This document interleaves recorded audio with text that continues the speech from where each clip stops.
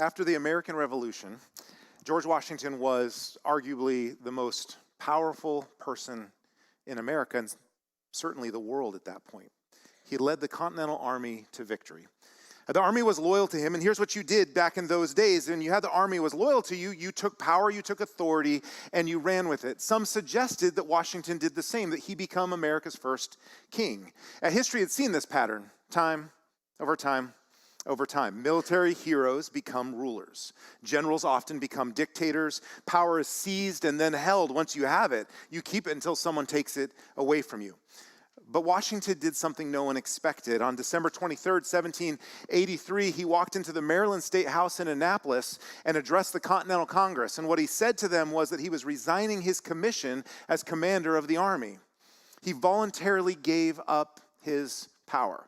A lot of you know this story. Feels like maybe a 6th grade civics lesson. He went home, and here he is, though, one of the leaders we most admire in history. The leaders that we admire tend to have this quality about themselves where they refuse to use power for themselves. Great leaders are not the ones who take power. They're the ones who use it for others.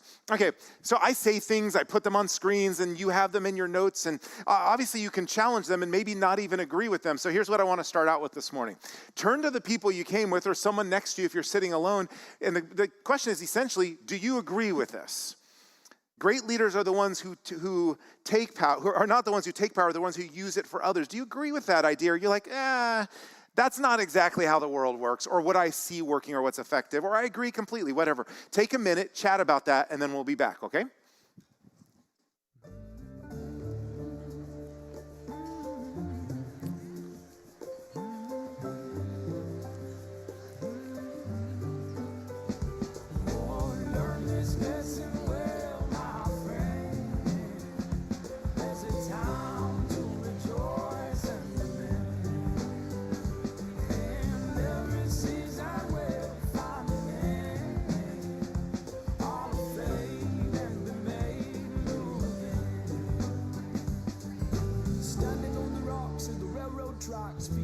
Eyes open, sun beats on my back as I gaze upon the unseen wind.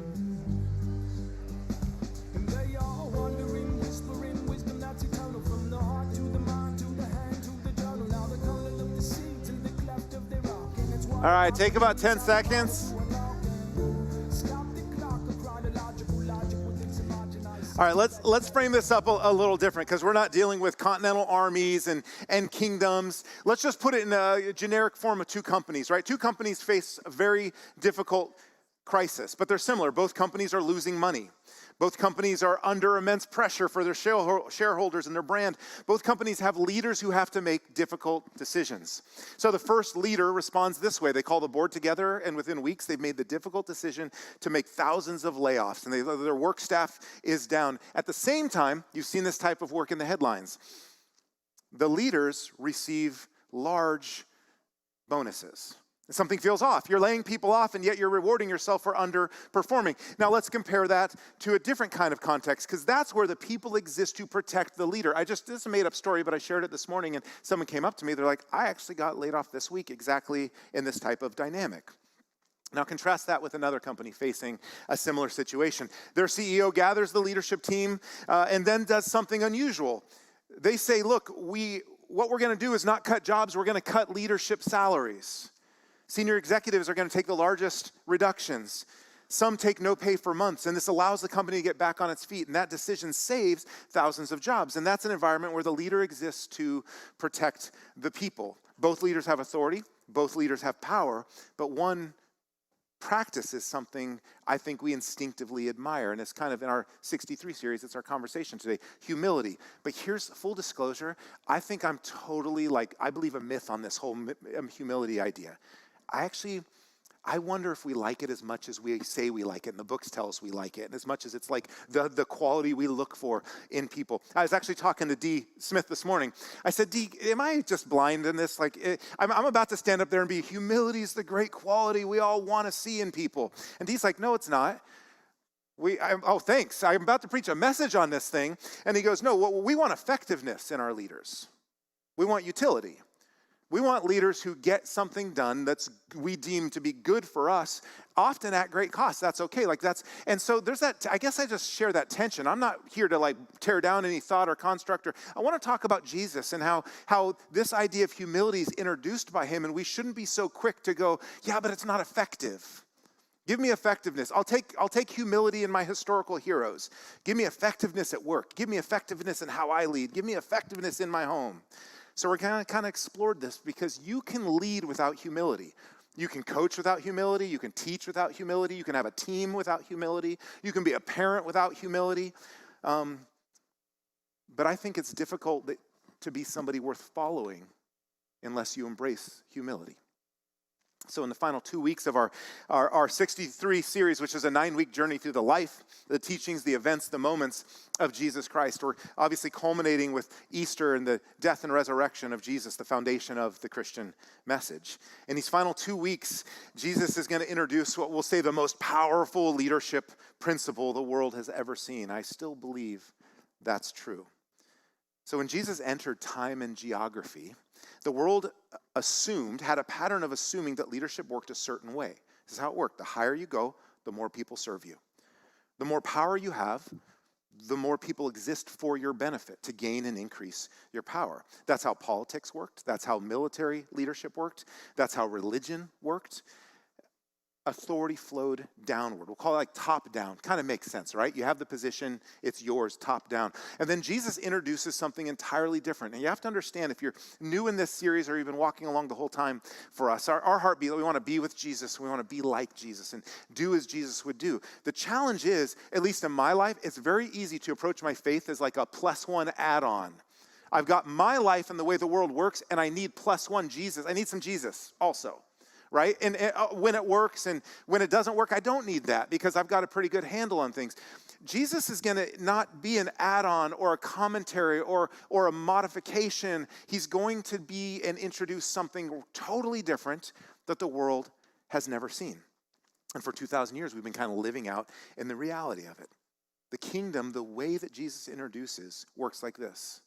Authority exists for the benefit of the people under it. Leaders serve. And Jesus himself would model it. So let me pray for us, and we're going to go into the text and look at kind of where this all comes from, okay? Heavenly Father, I thank you that we can sit in your scriptures this morning, that we can be together as a community. We're a mixed crowd, Lord. Some of us are trying to walk in your way. Others of us are more questions. Actually, we're probably all more questions than answers, but others of us are in a place of uncertainty. God, would you work in our hearts, especially in the life of your church, to fully believe and embrace your way. To not compromise, and no quarter, no measure, to just all in, Lord. Not because we're good enough or because we can, but because this is the life you've given us. And through your strength, we can practice humility. In Jesus' name. This is going to be a pretty below average message on humility because I'm not going to define it. I'm not going to give you some takeaways on here's how humility is and here's what you do with it. We're just going to look at the life of Jesus and some events that unfolded. It all begins with this miracle that triggers everything. It sets a big stage for the moment of Jesus Christ. He has a good friend in the town of Bethany.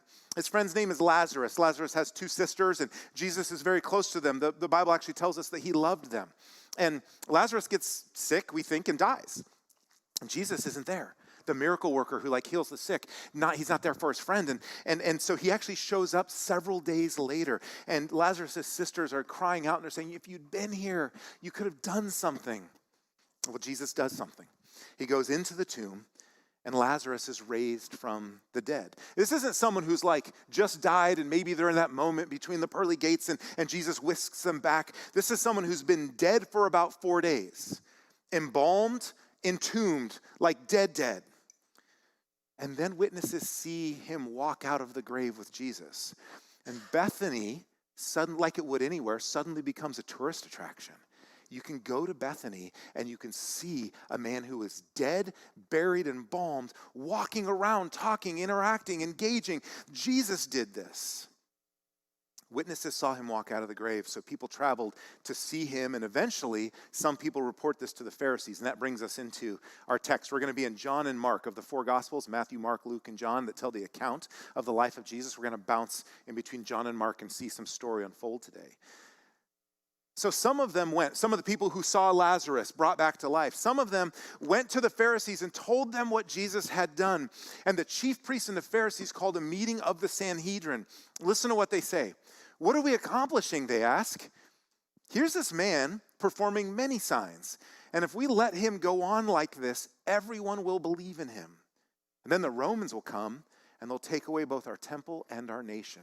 Jesus is creating an issue for our very identity of how we thrive, how life works, what we think makes sense. And so the chief priests and the Pharisees, last week Dee shared that they're sort of like the governing branch, the Supreme Court of the Jewish practice. And they come together, and these are kind of their complaints. What are we accomplishing? Jesus seems to be accomplishing more. If we let him go on like this, everyone's going to believe in him. And then if everybody believes in him, we're going to lose what we have. I think they understood something I often miss and I try to grab hold of and understand. They understood that Jesus came to replace all that was in place. He didn't come to address some things or upscale or modify, but to replace all that was in place. In the filling it to the full and the completing of it, something entirely new came into being. The temple system, the religious authority structure, the entire power system that stood between people and God. And in the end, that's exactly what he did. Full disclosure for myself, I wonder why I still cling to what Jesus came to replace. In almost every area of my life, who I am as a man, what my purpose is, what it means to be a good husband or a good father, what gives you value in work, what is the purpose of money, how my time should be used, how I connect with God. It's interesting how even though Jesus came to replace what was in place, I constantly cling to what Jesus came to replace and try to hold on to the value of it. Kind of like those religious leaders. I am actually a religious leader. I probably would be a pretty good, right, that you laughed too soon at that one, okay?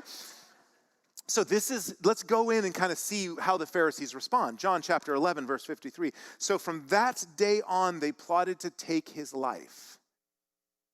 Therefore, Jesus no longer moved about publicly among the people of Judea. So Jesus finds out Passover is approaching. The final days of Jesus' life are coming. There's spies. The text tells us there's spies everywhere looking for Jesus. And just a few days before Passover, Jesus goes back to Bethany, which is where Lazarus lives and where Lazarus has been raised from the dead. And let's look at what unfolds. A large crowd of Jews found out that Jesus was there, and they came not only because of him, but to also see Lazarus, whom has been raised from the dead. So far, none of this has to do with humility and CEOs taking pay cuts. And what are we going to discover from Jesus? Well, the chief priests make plans to kill Lazarus as well. They're like, this is out of control. For on account of him, many of the Jews were going over to Jesus and believing him. Jerusalem was buzzing. Everybody's talking about Jesus. And the next day, the great crowd that had come for the festival heard that Jesus was on his way to Jerusalem. And this is where we're going to see Jesus introduce something new. And the Pharisees said to one another, see, this is getting us nowhere. Look how the whole world has gone after him. So on their way to Jerusalem, Jesus is leading the way. And Mark is going to tell us in his gospel about Jesus pulling the disciples, his followers, aside. And he tells them what's going to happen. He says the Son of Man will be betrayed. He's going to be condemned to death. He'll be mocked and spit on, whipped and flogged. He's going to be put to death. And 3 days later, he will rise. It's unimaginable. And as these crowds are growing and momentum's building, the disciples hear all of this and they're like, okay, there's got to be some wordplay here. Or maybe this is a parable we don't understand. Because look at these crowds. Even the religious leaders are worried that Jesus is going to steal everybody. So James and John, two of the followers of Jesus, they kind of get Jesus aside. And they say, hey, we want you to do us a favor. And Jesus says, what do you want me to do for you? And they say, well, whenever your moment comes, can you make sure that we sit on your right hand and your left hand? We want to be there with you. We want to be like kind of the figurehead of at least put us on the $10 bill or something. Like Jesus, and so in other words, when your kingdom arrives, we want the best seat in the house. Well, the other disciples hear about this and they're indignant, but not because of their virtue. They're like, man, those brothers beat us to it. There's only 2 seats of honor, and they already asked for them. Let's look how the text explains the story. We're in Mark now. Then James and John, sons of Zebedee, came to him. Teacher, they said, we want you to do for us whatever we ask. And this fascinates me. Like, okay, sorry about all the spitting and the mocking and the flogging and the dying, and that, but we need a favor. Just put, like in that moment, this is Jesus Christ. You know where they just were? Bethany. You know who lives in Bethany? Lazarus. You know what Lazarus was? Dead for 4 days. And Jesus rose him from the dead. And their decision is to go, Jesus, we need a favor. It's very interesting. So is Jesus' response. What do you want me to do for you? He asks. And they said, let one of us sit at your right hand and the other at your left hand in glory. This kind of feels like a normal, people are people, right? Opportunity. They've committed their lives. They've left everything. Shouldn't they get some kickback? They were in at the early stage. Once this thing goes public, shouldn't they receive incredible benefit? You know, Jesus, after all the spitting, mocking, flogging, dying, we would like positions at the head of your organization. And Jesus says, you don't know what you're asking. Because he would have a gory death that would precede the glory of his resurrection. He's already told them about it. So when the 10 hear about this, they become indignant with James and John. And Jesus calls them together and says, you know those who are regarded as rulers of the Gentiles, lord it over them. And their high officials exercise authority over them. You don't have to be a Bible scholar to pull meaning out of this. This is how it works, isn't it? Generally, often, when it comes to people and structures and authority, power is how the kingdoms of the world operate. And then Jesus says 4 words, and I would love for you to take these words to heart. I'm trying to. He looks at his disciples who are arguing over who gets to have the most important seat in the house, and he says, no, not so with you. I'm coming to do something different. I'm not going to tell you how to navigate all of that world of structure and be really good at it and be a shining star in it. Something totally different. Not so with you. My way works differently. And then if I'm in those shoes, he's got to explain what he's talking about because he just said something that makes no sense. Wait, what do you mean? I thought that was the whole game plan. We were going to work our way to the top, and then Rome would be under us, and now we would have all the authority. He says instead, whoever wants to become great among you, it's okay to want to be great. But you should know what the destination is when you're searching for greatness in Jesus Christ. It's the only true greatness. You must be a servant. Whoever wants to become great among you must be your servant. That wouldn't have made any sense. I think we have the privilege of going, it's Jesus being Jesus. And we all kind of universally know this. Humans are all full of universal dignity, this idea of like using power in a way that harms or hurts other people, and we all are on the same page with this. But the thing is, when Jesus said these words, no one was on the same page. There was no page for this. It's now just universally in the air we breathe that this is how humans are and how they should be treated. But this is a conversation that's going to change the shape of the world. Whoever wants to be first must be slave of all. And the disciples are wait, servants? Okay, that's a concept we can kind of wrap our head around. Serve each other? Jesus, are you saying we should get in the back of the line? And Jesus is like, oh, no, you didn't understand. I said you should get in the back of the line. You should be a slave to others. This was in a culture where somewhere upwards of 50 to 70 to 80% of the population lived in a slave type bond-servant relationship. So they knew exactly what he's talking about. Someone else owns me. Someone else determines and dictates the goings and comings of my life. Jesus uses stark language here. And then he says, For even the Son of Man did not come to be served, but to serve and to give his life as a ransom for many. And humility is introduced as the great quality of any leader worth following. The king comes to serve. I don't know when you read the Bible if you feel bad about yourself because you go, well, the people back then when Jesus said stuff, they just did it and they followed and they learned. Or when you read, you feel like you take so long to figure it out. There's no evidence that they bought what Jesus was teaching right here.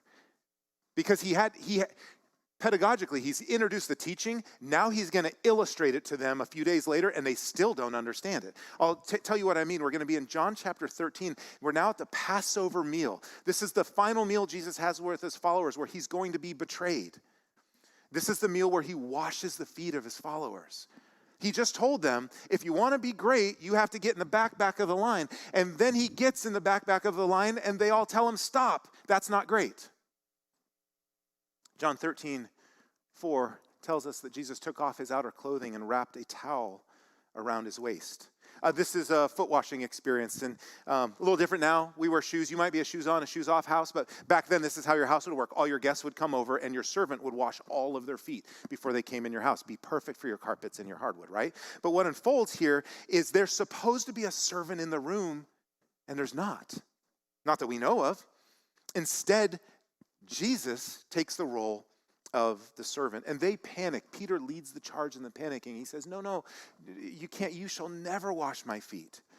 And it took a while, and there was some back and forth that unfolded, but Jesus went around the room, and one by one, his hands. Okay, I'm going to be honest with you. Your feet are not that nice, and you probably know that, okay?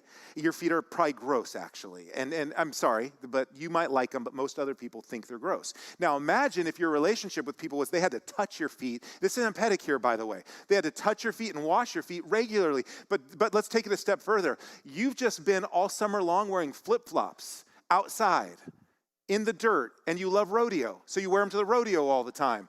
Now, in the culture of that day, you would walk in sandals, and it was hot, and it was dirty, and I don't need to go into detail about There's some fantastic teaching about this. All I'd simply say is their feet are dirty and calloused and gnarled and gross. And the hands that touched blind eyes and gave sight to them, the hands that touched dead and gave life to it, the hands that held children and said, don't keep these young ones from coming to me, and gave honor to them.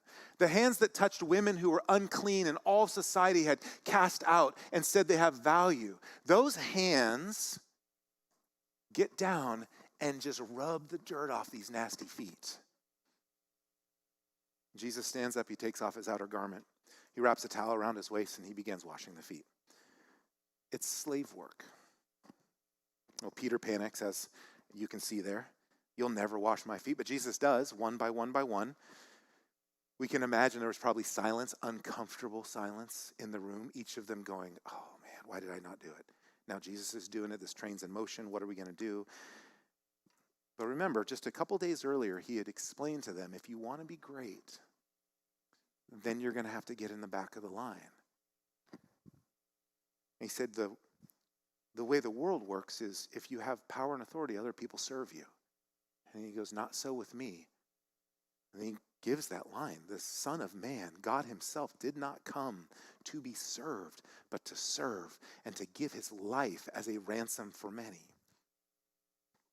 And now's the teaching moment, the hands-on. Jesus has got all their attention, and listen to what he says. He says, okay, it's time for your confusion to be over. Now that I, your Lord and teacher, have washed your feet, you also should wash one another's feet. I've set you an example that you should do as I have done. Can you imagine that we could boil the practice of being a Christian, of following Jesus, down to two statements? Not so with you. You should do as I have done. Everywhere, all the time. Not so with you. You should do as I have done. Well, I want to do this with my time. Not so with you. You should do as I have done.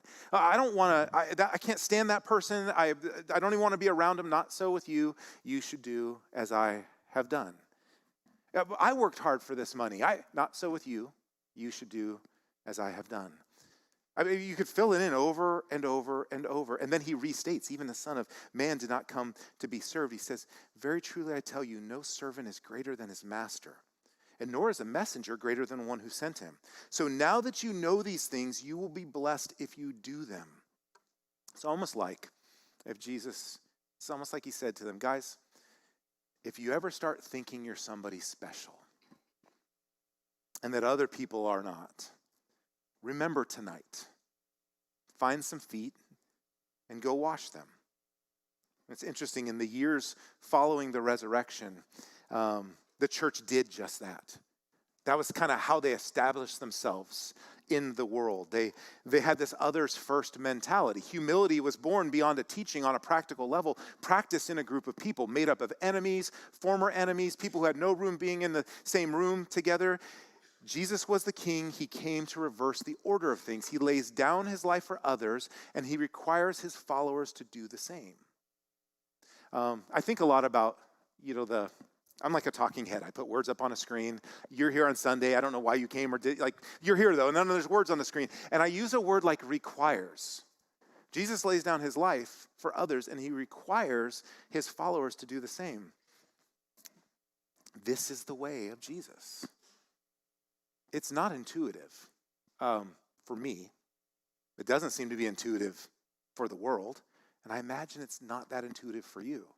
And this isn't just about the organization you lead or the employees you have. It's about the people right around you that you spend every day of your life with. The early Christians took this so seriously that after the scriptures were written and the church was established but persecuted, there were 2 significant plagues that swept the Roman Empire and eventually kind of eroding its strength to the point where it was on its way out. It was in the 2nd and 3rd centuries. The Cyprian plague was one of these. You don't need to know all the details, but know this: people fled. You couldn't be around others. You'd get sick and you'd die. So people fled, not because they were mean-hearted, or it was a effective utility decision, right? Because that's what works for us. People said, I can't stay with my family anymore. They're sick. They're all going to die. There's no cure for this. I'm going to go save myself. People abandoned their family members, and the followers of Jesus stayed. Not so with you. You should do as I have done. Your joy is in the backpack of the lion. And so they cared for the sick, and they fed the hungry, and they buried the dead. That was not uncommon. Some people did that for the people they loved. When the plagues hit, very few people did that for the people they loved. But this group of people, not just their own people. They cared for the sick who were their enemies. They fed the hungry who they had no commitment or were not withholden to in any way. They buried the dead. By burying the dead, you're touching the disease-riddled body, and you had to interact with it, and you were definitely exposing yourself to the illness. And to everyone in the Roman world, this was appalling. This isn't an inspiring story about people going above and beyond. At that point in time in the Roman world, this was like, the historians record it this way: Christians are crazy, out of their minds. They literally have no intelligence. Their actions are evil. What do they do that's evil? They care for the sick that aren't their own. They feed the hungry that aren't their own. They bury the dead. When everybody else does the smart thing, the human thing, the advanced thing, and they flee the illness, the Christians go towards it. It's appalling. But see, something happened though. The people who were loved this way found it very appealing. There were survivors. Christianity statistically went from small and oppressed and then had an exponential explosion after major moments like the Cyprian plague. People became followers of Jesus. They said, the way you cared for me, I've never seen anything like it. And if that's what Jesus is like, I want in. And they became followers, and they began to live that out themselves. And then it became so appealing, it became contagious. And 2,000 years later, we're having this conversation alongside billions of people who are trying, we all have a lot of differences, but trying to figure out, what does the way of Jesus look like? Against all odds, a movement following a crucified leader who washed the feet of his followers instead of having his feet washed. They had no territory, no military, they had no political power. It spread across the empire. It spread across history. It spread across their world and our world.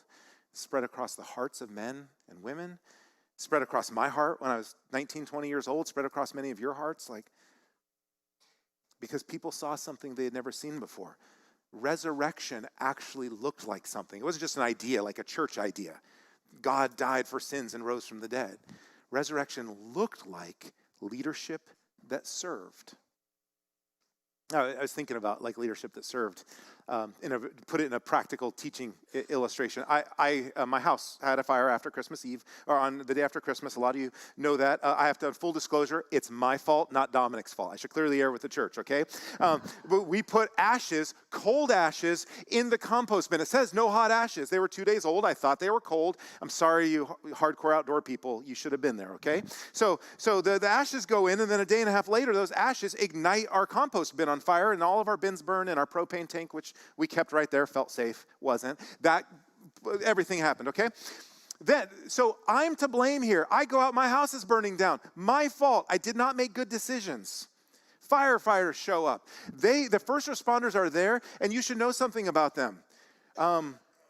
They have great power. They have water and trucks and axes and stuff that puts fire out, and they've got engines, and they show up, and they're like, who can we help? And they jump in, they start putting my fire out. Not one of them, they were there for 3, 4 hours, 5 hours. Not one of them walked up to me and was like, you're such an idiot. Who puts ashes? I'm sure maybe internally they were thinking that, but they didn't do that. They just kept pouring out because they saw I had a need, and they said, hey man, we're going to take everything we have and we're going to just give it to what you need right now. Now, you could say it's their job and everything else, but they sure did a fantastic job. The police were there. They marked off the street. They didn't let anybody come through so the firemen could respond. At one point, I was nervous. I thought I was going to get arrested, right? Because the police officer walks up to me, and he's like, are you the homeowner? And he wasn't a cowboy, but I don't know why he did this. But he walks up to me and goes, are you the homeowner? And I'm like, I go, yeah, I am. And I was about to turn around and whatever. And he goes, can I use your bathroom? I said, oh. Okay, crisis averted right there. Here's the thing. I just share that to say, that's an image of what a life of Christ looks like. You show up on the scene, something's on fire. You happen to have the trucks, the water, it's there. And you say, how can I help? How can I leverage me for you? That's it. That's the question right there. How can I help? At work? At home? Ask it of people who least expect it from you. That could be somebody in your family. Ask it of people who least deserve it from you. Because that's exactly what God is like.